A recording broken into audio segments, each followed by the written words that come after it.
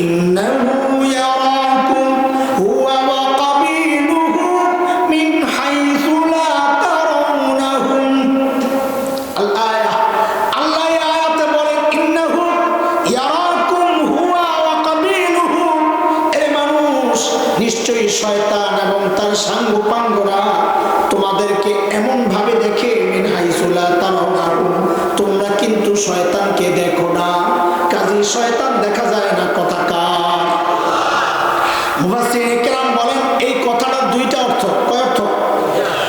এক অর্থ অরিজিনাল শয়তানকে এই চর্মচক্ষু দিয়ে আমরা দেখি না, আরেক অর্থ হচ্ছে শয়তানের সাঙ্গপাঙ্গদেরকে দেখি কিন্তু চিনি না। এখানে দেখি না মানে কি? দেখি চিনি না, বুঝি না এটা শয়তানের লোক। তাইলে মোকাবেলা কেমনে করবো? বড় বিপদ। মানে কোনো বিপদ নাই। অরিজিনাল শয়তানকে মোকাবেলা করার জন্য আজকে স্পেশাল অস্ত্র আপনাদেরকে দিয়ে দিব। একটা লাঠি দিব সুন্দর দেখে শয়তানকে দৌড়ানি দেওয়ার জন্য, একটা স্পেশাল মুগুর দিব শয়তানকে পিডাইয়া হাড্ডি গুঁড়া করার জন্য। নিতে রাজি? আরে কথা বলেন ইনশাআল্লাহ। একটা স্পেশাল মলম দিব, যদি কোনো কারণে শয়তান কুত্তায় কামড়ায়া ফেলে তাইলে ওই মলমটা লাগায় দিলে কামড় সাথে সাথে ভালো হয়ে যাবে ইনশাআল্লাহ। ওটা পরে, এটা অরিজিনাল শয়তান না। চলেন শয়তানের সাঙ্গপাঙ্গদেরকে চিনি। কারা শয়তানের লোক? বলে কেমনে চিনব? বলে শয়তানের চূড়ান্ত টার্গেট আগে নির্ধারণ করেন, সে কি চায়। শয়তান কি চায়? আমি আপনি যেন নামাজ না পড়ি, এটাই কি শয়তানের চূড়ান্ত টার্গেট? কি মনে হয় আপনার? না। আমি আপনি রোজা না রাখি, এটাই কি তার চূড়ান্ত টার্গেট? না, এটা তার চূড়ান্ত টার্গেট না। কেন না? কারণ শয়তান জানে আমি আর আপনি এমন এক মালিকের গোলামি করি যে মালিকের নাম গফফার, যে মালিক বলেছেন বান্দারে তুই যত গুনাহ করবি, যত গুনাহ করবি আমি আল্লাহ চাইলেই তোর সব গুনাহ মাফ করে দিতে পারি, কিন্তু রে বান্দা তোর একটা গুনাহ আমি মাফ করব না। কোন গুনাহ? জোরে বলেন না। সবাই বলেন, সবাই বলেন কোন গুনাহ? কে বলেছেন এটা? আল্লাহ বলেন ইন্নাল্লাহা লা ইয়াগফিরু আন ইউশরাকা বিহি ওয়া ইয়াগফিরু মা দুনা যালিকা লিমান ইয়াশা ওয়া মান ইউশরিক বিল্লাহ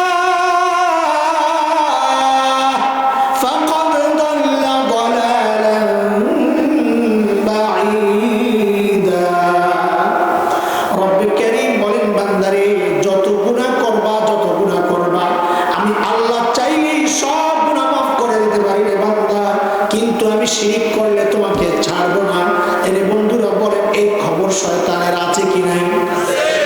এই জন্য শয়তানের চূড়ান্ত টার্গেট হলো আমাকে আপনাকে দিয়ে শিরক করে কবরে পাঠানো।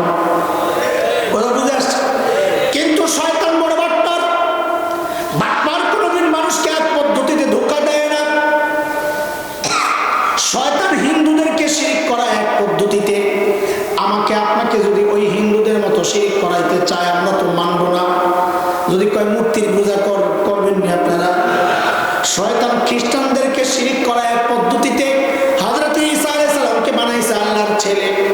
তা আপনার যদি শয়তান এইভাবে শিরক করাইতে চায় যে তোমার নবী আল্লাহর ছেলে, মানবেন না আপনারা? আমরা বিশ্বাস করি লাম ইয়ালিদ ওয়া লাম ইউলাদ, আমার আল্লাহ কারো সন্তান না, আমার আল্লাহ কাউকে জন্ম দেন নাই। কথা ঠিক কিনা? এটা তাওহীদের আমার বিশ্বাস। শয়তান যদি আমাদেরকে দিয়ে পূজা করাইতে চায় আমরা তো করতে রাজি হব না, কিন্তু শয়তান বড় বাট্টা। শয়তান সবাইকে এক পদ্ধতিতে শিরক করায় না।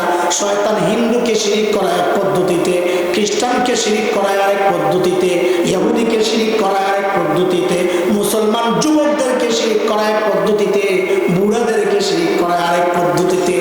এক এক পদ্ধতিতে শয়তান শিরক করায়। কারণ এক পদ্ধতি গ্রহণ করলে তো ধরা পড়া যাবে, সব ফাঁস হয়ে যাবে। তো বাংলাদেশের মানুষকে শয়তান কেমনে শিরক করাবে? শয়তান বাংলাদেশের বাজারে এসে দেখে সুবহানাল্লাহ, বাজারে পীর আউলিয়া বুজুর্গ বড় হিট আইটেম। মানুষ দল যে করুক, আলেম ওলামাদেরকে বড় মহাব্বত করে।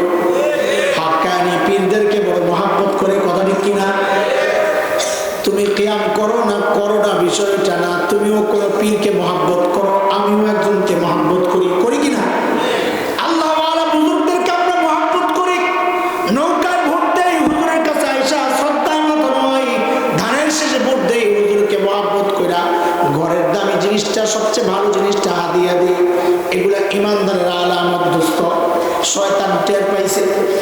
বাটপার ব্যবসায়ীরা কি করে, বাজারে যায় দেখে কোন জিনিসটা বেশি হিট, যেটা বেশি হিট ওটা নকল বের করে, যেটা চলে না স্লো আইটেম ওটা তো আসলটাই চলে না, নকল বের করে রাখে।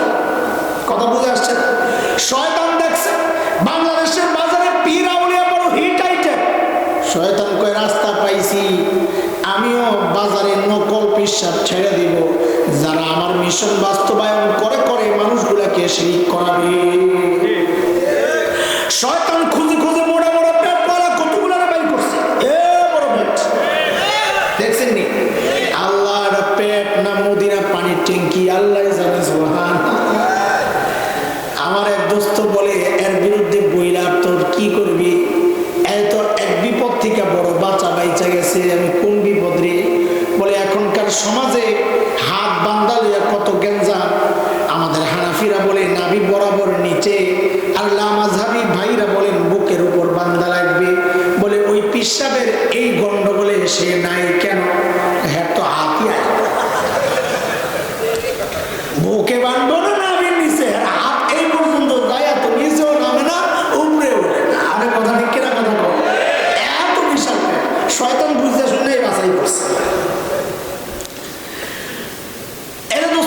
শুধু এই পেটওয়ালা না, দুনিয়ার যে কোনো মানুষ, যে কোনো সংঘ, যে কোনো সংস্থা, যে কোনো ক্লাব, যে কোনো বিষয় মানুষ যদি তোমাকে দিয়া শিরক করাইতে চায়, তুমি নিশ্চিন্তায় চোখ বন্ধ করে সিদ্ধান্ত নিয়ে নিবা এটাই শয়তানের লোক। কথা ঠিক কিনা? মানে আমরা কিছু দেখায় দেন নাই, আমরা সহজ সরল মানুষ কেমনে বুঝবো? এই দেখেন শয়তান কেমনে শিরক করায়। ইবাদত করব কার? সূরা ফাতিহার মধ্যে আল্লাহকে ওই ওয়াদা তো আমরা দিয়েছি, ইয়াকা নাবুদু ওয়া ইয়াকা নাস্তাঈন। আল্লাহ ইবাদত করি কার? একমাত্র তোমার। কার? কথা বলেন না কার? মাবুদের ইবাদত হবে কার? জিকির একটা ইবাদত। জিকির কি? ইবাদত। এই জিকিরও হবে একমাত্র কার নামে? আরো জোরে বলেন কার নামে? আল্লাহর নামে। বলেছেন কে এটা? আরে কে বলেছেন? কথা বলেন কে বলেছেন? আল্লাহ বলেছেন সূরা আহজাব আয়াত 41 41 22 নম্বর পারা হাফিজ কোরআন শরীফের 2 নম্বর পৃষ্ঠার 13 নম্বর লাইন আপনি খুলে দেখেন আল্লাহ কি বলেন। আল্লাহ বলছেন ইয়া আইয়ুহাল্লাযীনা আমানু কুরুল্লাহ।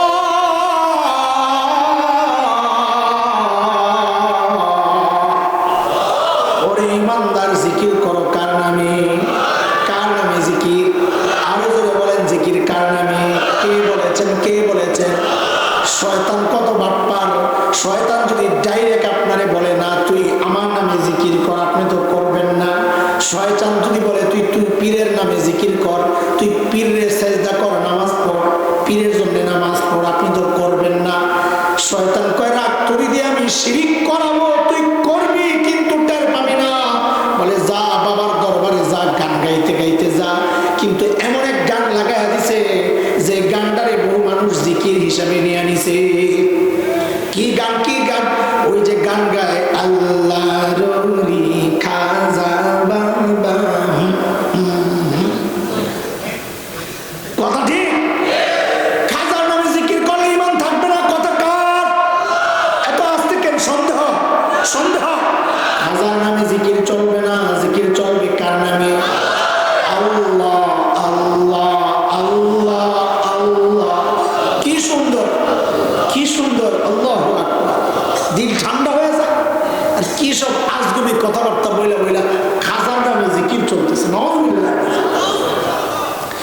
এর দোস্ত শয়তান যদি বলে তুই পাথরের পূজা কর, কে কে করতে রাজি? হাত তোলে।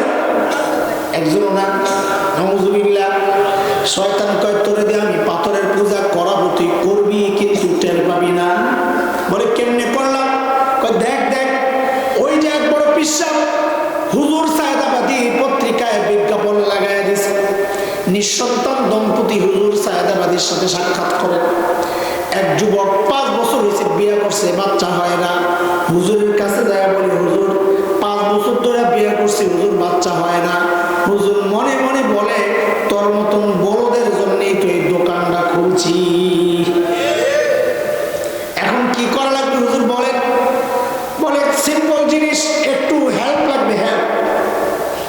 কি হেল্প লাগবে? বলে আমারে আটলান্টিক মহাসাগরের তলদেশ থেকে একটু কাদা এনে দিবি, আমি তোর বাচ্চার ব্যবস্থা করতেছি। বেটার কাছে মনটা খারাপ হয়ে কয়, বাচ্চা নাই তো সোজা আর একটা বিয়ে করে ট্রাই করতে পারে, কিন্তু আটলান্টিক মহাসাগরের তলদেশ থেকে কাদা এটাকে আমার পক্ষে সম্ভব নয়। পিসাব যখন দেখছে মুড়িদের মুখটা কালো হয়ে গেছে, পিসাব বুঝছে কাস্টমার ডাব ছাড়া হয়। এইবার বোন পাল্টায় দিছে, গায়ে খাজার দরবারে এসে এরকম নৈরাশ্যতা চলবে না। সারা জিন্দিগি বলদ গান গাইলি, খাজারে তোর দরবারেতে কেউ ফিরে না খালি হাতে। আরে দরবার তো একটাই, যে দরবার থেকে কেউ ভরা হাতে ফিরে না, খালি হাতেই ফিরে। গরুগুলা লয়ে যায় খালি হাতে পরে, ছাগলগুলা লয়ে যায় খালি হাতে পরে, কথা বাস্তা কেন্দ্র ডাল চাল লয়ে যায়, আগরবাতি মোমবাতি লয়ে যায় খালি হাতে পরে। আই বড়দের গান গায়, খাজারে তোর দরবারেতে কেউ ফিরে না খালি হাতে। নাউজুবিল্লাহ। আমরা বলি ওর উল্টা উল্টা, খাজারে তোর দরবারেতে কেউ ফিরে না ভরা হাতে। বলে খাজারে তোর দরবারেতে কেউ ফিরে না ভরা হাতে, মালিক রে তোর দরবারেতে কেউ ফিরে না খালি হাতে। তুই আমার লোকে ঠিক হ্যাঁ বলবা, তুই মনে করো না যে আমি তোমার ভক্ত হয়ে গেছি। মনোযোগ দিবা তো ভক্ত, হাসবা উঠাই দিব। তুমি কে, মাহফিলের কি যুবক না কি আজের, ওই সময় আমার নাই, তোমার পোষার সময় আমার নাই। হিসাব সোজা। কোরআনের মজলিস বেয়াদবি করবা, উঠাই দিব। তুমি কি আমার পাইকারি বক্তা পাইছো? আমি শিক্ষক, ছাত্র আদবের সাথে বসবে বসবে না উঠে যাবে, এটা ক্লাস।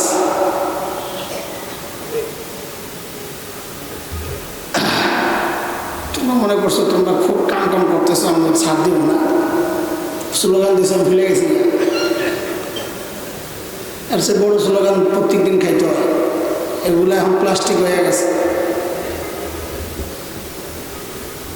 রেলগাড়ির চাক্কায় পাম দেওয়া লাগে না, আমি রেলগাড়ির চাক্কা হয়ে গেছে, আমি পাম দিলে কামাই, যা আছে থাই। কথা বুঝেননি আপনারা? কোন লাভ নাই। স্লোগান টোলাগান দিলে মনে করে যে আমরা ভুলে যাই, খুশি।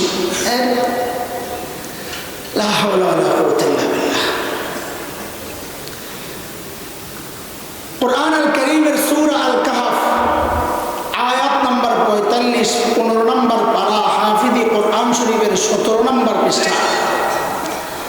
রব্বে কারীম বলেন, ওয়াযরিব লাহুম মাসালাল হায়াতিদ দুনিয়া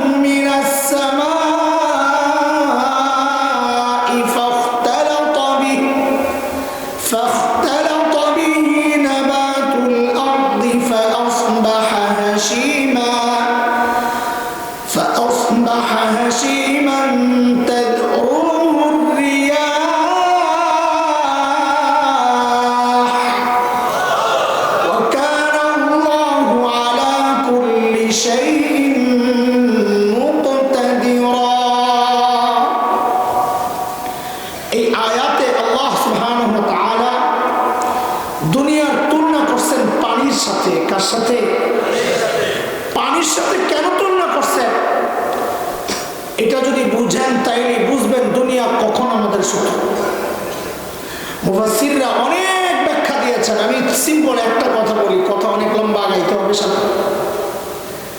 পানি অত্যন্ত জরুরি জিনিস, খাওয়া ছাড়া দুনিয়ার কেউ বাঁচে। এই জন্য বলে পানির অপর নাম জীবন। এই ফতুয়া পরে ঘুরায়ের নামে বুঝাইতেছি, শুনে। যখন বন্যা হয়, পানি উঠতে উঠতে বাড়ি ঘরে উঠে হাঁটু সমান হয়ে যায়, তখনই কি পানি জরুরি না বিপদ? ফতুয়া ঘুরছে। একটু আগে না বললেন জরুরি, এখন বলতেছেন বিপদ। এটাই পানির ধর্ম। পানি অত্যন্ত জরুরি, কিন্তু যখনই জরুরতের চেয়ে বাইরে উপরে উঠে যায়, তখন এটা আর জরুরি থাকে না, এটা বিপদের কারণ হয়ে যায়।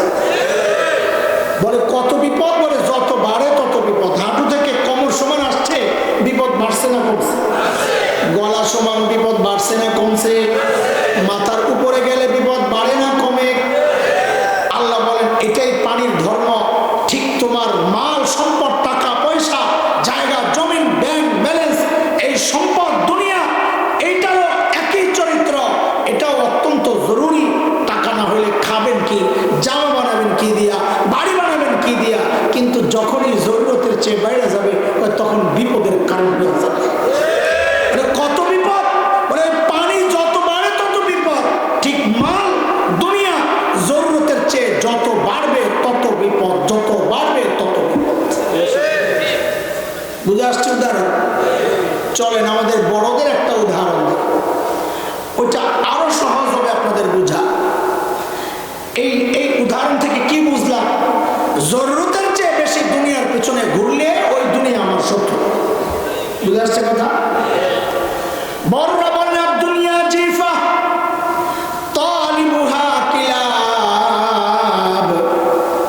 দুনিয়া হচ্ছে মরা গরুর মতো নিকৃষ্ট, যার ভোক্তা কুকুর। মরা গরুকে খায়। জোরে বলেন। আমি জিজ্ঞেস করলাম তাই বলতে হবে, কেন আপনাদের এলাকায় মরা গরু শকুনে খায় না, শিয়ালে খায় না? তো খালি কুকুরের দোষ বড়রাও দিলেন, আপনারাও বললেন, ঘটনা কি? কারণ আছে। কারণ শকুনের জন্যও মরা গরু খাওয়া হালাল, শিয়ালের জন্যও হালাল, কুত্তার জন্যও হালাল, কারো জন্য তো হারাম না। তারপরেও কুত্তার খালি দোষ পড়ে। কারণ কি? হালাল হওয়া সত্ত্বেও এমন কিছু আকাম কুত্তায় করে যার কারণে কুত্তার বদনাম হয়ে গেছে।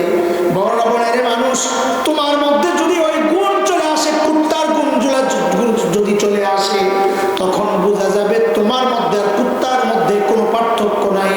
আর তোমার ওই সম্পদ, টাকা পয়সা মরা গরুর মতো নিকৃষ্ট হয়ে যাবে।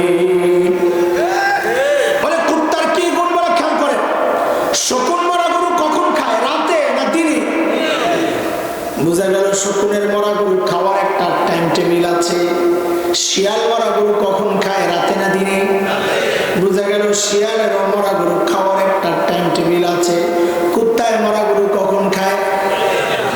দিনেও খায়, রাতেও খায়, টাইম টেবিল নাই। কথা ঠিক কিনা? বড় বনের মানুষ, তুমি দুনিয়া কামাও, কোনো সমস্যা নাই, কিন্তু রাত নাই, দিন নাই, নামাজ নাই, রোজা নাই, তাসবিহ তাহলিল নাই, তিলাওয়াত নাই, সারাদিন খালি দুনিয়া দুনিয়া দুনিয়া। যদি তোমার এই কন্ডিশন হয়, দুনিয়া কামানোর কোন নির্দিষ্ট টাইম টেবিল নাই, তাহলে বোঝা গেল তোমার মধ্যে আর কুত্তার মধ্যে কোনো পার্থক্য নাই। এই চরিত্র লালন করে যে দুনিয়া কামাবা, ওই দুনিয়া তোমার বন্ধু হতে পারে না, এটা তোমার শত্রু। শকুন দেখবেন মরা গরুর খবর পাইলে আসমানে খালি চক্কর মারে, দোস্ত বন্ধু কে কোথায় আছো, আও আও খাওন পাইছি। শিয়াল তো মাগরিবের পর থেকে চিৎকার শুরু করে, হুক্কা হু হুক্কা হু, খাওন পাইছি, জলদি আহ। কুত্তার কি খবর?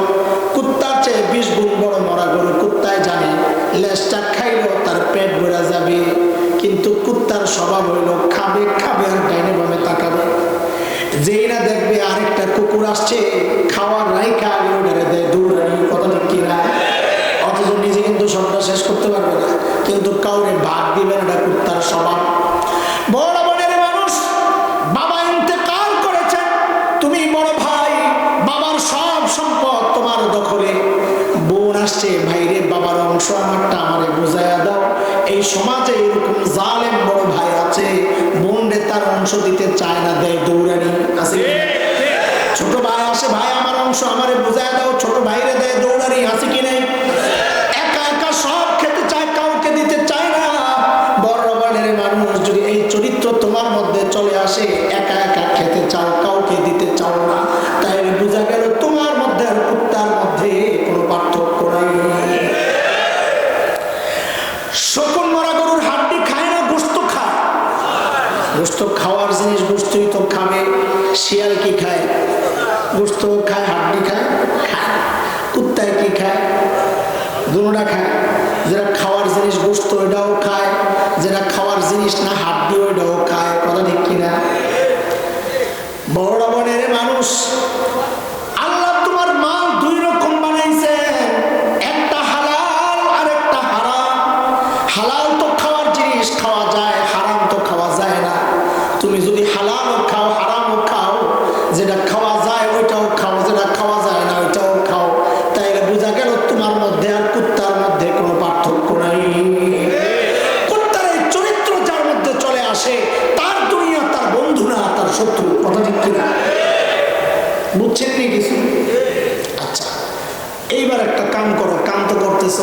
এখানে যাও, যাইয়া ওই যারা কথা বলতেছে এগুলো পয়সা পয়সা বলবা, আপনারা আস্তে কথা বলেন, হ্যাঁ আমরা শুনতে সমস্যা হয়, যাও খেদমত করো।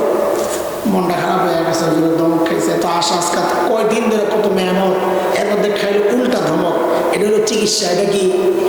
কখনো প্যারাসিটামল দিতে হয়, কখনো সিরাপ দিতে হয়, আবার কখনো ইঞ্জেকশনও দেওয়া লাগে। ইঞ্জেকশনে কাম না হলে কখনো কখনো অপারেশনও করা লাগে। কথা ঠিক কিনা? ডাক্তার বুঝে কারে কোন চিকিৎসা দিতে হয়, এটা গার্ডিয়ানের মাইন্ড করার কোনো কিছু নাই। আরে বুঝেন না কথা? না বুঝলে বলে যায়, হ্যাঁ ইঞ্জেকশন দিয়েছি, তোরা দুষ্টামি করতে পারে, অপারেশন করো, ছবি তুলিস না, খাওয়া ছবি তুলিস না, জরুরত ছাড়া কি দরকার রে ভাই ছবি তোলার? শত্রু কয়টা? মনে আসেনি কথা? শব্দের নাম কি? অক্ষর কয়টা? প্রথম অক্ষর দাল মানি, 2 নম্বর শিন মানি। শয়তান আমাদের শত্রু। কথা কার? আমি তো ওয়াদা করছি আমি আমার প্রত্যেকটা কথা কোরআন দিয়া সাজাবো, বাকি আপনি ওয়াদা করেন আমি কোরআন মানবো ইনশাআল্লাহ। ওয়াদার কি আছে? না মানলে তো ইমান যাবে না। শয়তান আমাদের শত্রু। কথা কার? আল্লাহ বলেছেন সূরা আল ফাতির আয়াত নম্বর 6, 22 নম্বর পারা, হাফিজ কোরআন শরীফের 14 নম্বর পৃষ্ঠার 3 নম্বর লাইন। রব্বে কারীম বলেন, ইন্নাশ শাইতানা লাকুম আদুউন ফাত্তাখিযুহু আদুওয়া ইন্নামা ইয়াদউ হিজবাহু লিয়াকুনু মিন আসহাবিস সাঈর।